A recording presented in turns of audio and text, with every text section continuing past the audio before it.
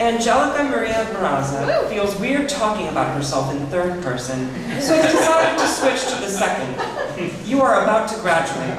Love envirokids corn puffs. Could live without cars or shoes. You write mostly prose poetry, but on occasion pen the weekly veggie grocery list / note to your roommate, apologizing for the disaster in the kitchen. This fall you're packing up and relocating to Boulder, Colorado in hopes of grad school and hiking trails. You also have a foot fetish. Please welcome Angelica.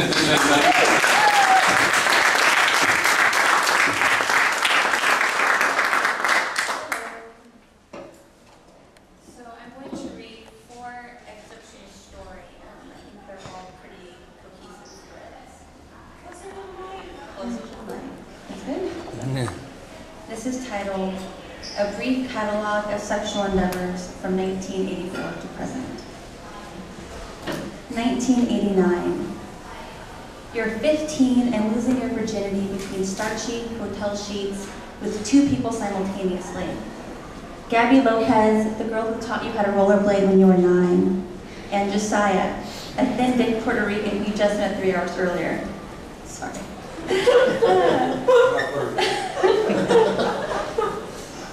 He is on top and Gabby is beside you, and she's looking at you like she's never seen you before. In a good way, you think, because she smiles, leans in and kisses you. It's the best kiss you've had to date. It's soft, light tongued, full lipped. It's what you'd always hoped kissing her would be like. At some point, the twin bed becomes crowded. Josiah suggests we move to the floor, but you and Gabby don't budge. Instead, he sits on the carpet alone while you and Gabby tangle yourselves together. Her hoop earrings are cold and noiseless as they slide across your shoulder. He's watching, jerking off, and when he comes, he makes a sound like he's choking on something sweet. After that night, you don't sleep with anyone for nearly 2 years. You and Josiah don't exchange phone numbers. You still see Gabby at school and sometimes on the weekends. But she pretends that nothing has happened, and it drives you a little loca, in a sad way, and an I'm not going to sleep with anyone for nearly 2 years kind of way. But something has happened, something rare and sleep-depriving, something more real than waking. Gabby, you decide today will be the day when it begins. You catch her between periods walking to remedial English. You say, we need to talk. She says, I'm moving. Your hands turn cold, you stutter to call the Spanish, ¿Qué estás diciendo? In 3 days, she says, my dad got a job in Portland. I was going to tell you sooner, but you know I've been busy packing. You stand there and mentally calculate how many miles it is from Lake Elsinore to Portland. It's about 700 or 800 to the California-Oregon border, but beyond that, you curse yourself for never taking geography or making it your patriotic duty to study the continental United States in greater detail. But it doesn't matter, none of it, because Gabby turns and walks into her classroom, leaving you in the hallway with nothing. Skip, skip, skip. And she graduates, blah, blah, 1991. REM is headlining a tour that isn't making a stop in Lake Elsinore, or anywhere else in Riverside for that matter. You tell the manager at Bucas that your tia is sick, and he gives you a few extra shifts. You feel bad for lying, but no self-respecting Latina would ever admit to liking REM, let alone blowing an entire week's worth of tips on their concert ticket. Mid-May, you catch a train up to San Francisco 2 days before they're scheduled to play at the Warfield. You spend those days avidly wandering throughout the city, up the steep streets lined with handmade jewelry vendors, around pastel Victorians and narrow doorways. It's the first time you've ever been farther than an hour away from home. The line for roll call wraps around the building. It's cold and you wish you had brought a jacket. Shivering, you realize that you're closer to Gabby now in San Francisco than you were before in Lake Elsinore, by at least 300 miles. Closer than you've been to her in years. Maybe if you screamed, someone up north could hear you. And if they screamed, Maybe Gabby could hear them. The venue is the biggest you've ever seen. You stand in the back, the open band is noisy. You look around and are not surprised at being the only brown person in the building. In fact, you're relieved at not having to explain yourself. When R.E.M. walks onto the stage, the crowd is bone silent. They start the set with a song off their new album, Out of Time. When Michael Stipe opens his mouth and sings the first lines of Losing My Religion, the crowd exhales with awe. The man to your left grabs you and puts you on his shoulders, and the view from this height is perfect. You stay up there the entire set, and through the encore, and through the standing ovation and maze to the exit. When you're out in the parking lot, he finally lowers you back to the ground, and you see his face for the first time. It's a nice face. Thick eyelashes, broad chin, dimples. His hair is long and stringy and falls an inch below his shoulders. It's the same color as the moon. I'm Ricky, he says. Shaking his hand seems like a bland gesture after having your thighs wrapped around his neck the last 2 hours. I'm Dahlia, you say, like the flower. He ties his hair back with a rubber band from his wrist. Well, Dahlia, like the flower, you ever been to a white party? You say no, and think to yourself that this will be an anthropological experience like no other, that you may finally be able to penetrate the inner psyche of the elusive Anglos in a natural state. Your mind also returns once again to Gabby and her unexpected closeness. You face north and close your eyes for a minute, an hour, and decide that this, right now, here in the crowded lot, will be the last time you ever think about her. You hop into the passenger seat of Ricky's shiny Taurus. The sex is flashes of bright lights. It's desperate and passive. It's an admittance to yourself that you're lonely and don't have the energy to keep yourself company. 4 days pass, and you've yet to go to sleep or eat, and you're hollow and happy. Your nose is bleeding when you call home from Ricky's landline. You tell your father that you miss him and love him. You ask if he can let your work know that you quit. You say you're not coming back. 1992 to 1996. A blur of bodies. Genderless limbs poking through ratted blankets. You develop a fetish for sniffing cocaina off unconventional surfaces, the tops of feet, a white line across the forehead, on the inside of a bent elbow. You lose count after a while, you lose weight, your cheekbones are sharper than you remember, your hip bones create shallow shadows along your thighs. Ricky's body is more familiar than the others. You stay at his apartment most nights, huddled together on the same sorry mattress, unless he has other women over. In which case, you try to bum a place to crash from the few acquaintances you made, or you sleep on his couch with a pillow over your face to shroud noise. You sleep on his couch a lot. One such night, Ricky comes out of his bedroom and throws something at you. Nothing too heavy, just the remote, but it startles you awake. You say, "Baboso, what's going on?" He says, "Come here." You say, "But that woman's here." He runs a slender hand through his hair. It's to his nipples now, and greasier than ever. You remind yourself to put him under the sink for a good wash tomorrow. Ricky says, "The bitch is passed out in the tub." You say, "Better drain that thing before she drowns herself." He says, "Whatever, come sleep if you want." He disappears inside his room and you wait a minute before following.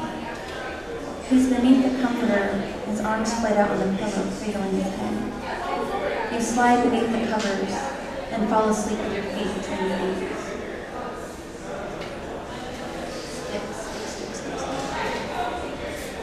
1997, February 28th, 3:24 p.m. The front door of the apartment is swinging out into the summer on its hinges. Ricky's bedroom is shut. A mechanical hiss of daytime television seeps through the thick crack between the door and the russet leaves of carpet. You call to Ricky from the hallway. Your eyes are outlined with red. Ricky doesn't answer. You knock on his door. The stuff is by the bed, inside of a Cracker Jack box on the nightstand behind the shadeless lamp. There's nothing else in existence besides that Cracker Jack box.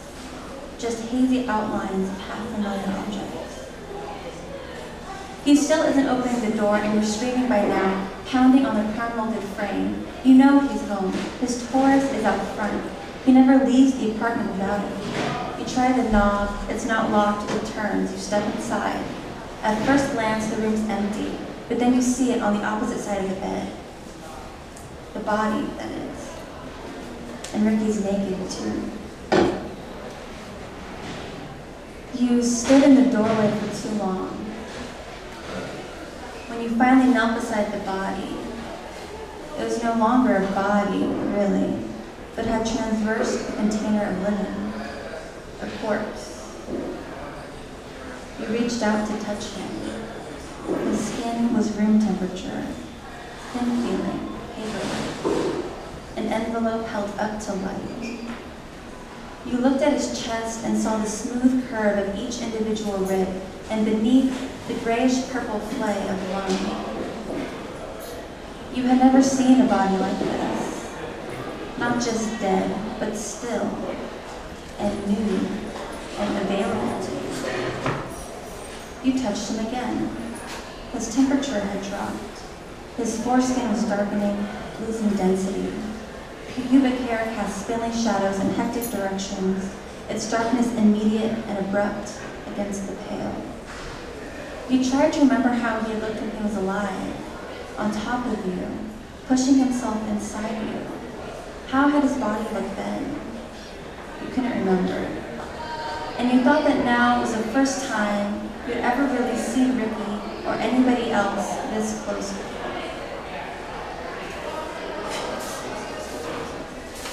So Dahlia, she immediately runs away. She hitchhikes to Utah for a couple years and ends up in Colorado.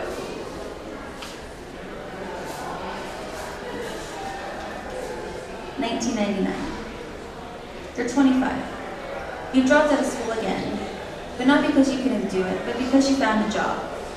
Okay, an internship.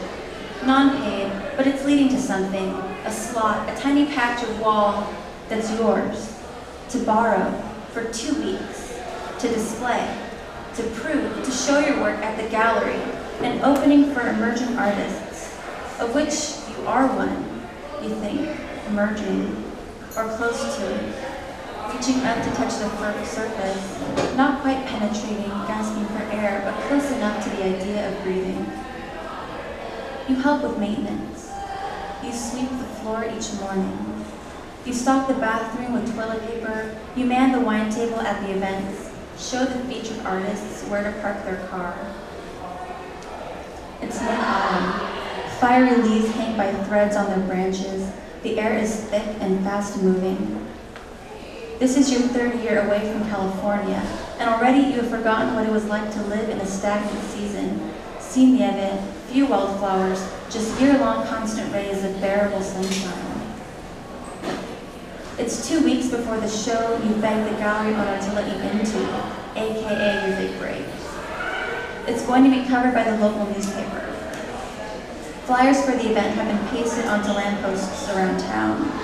In distress, you stop showering, stop cooking, cleaning, stop most things, save painting and sleeping.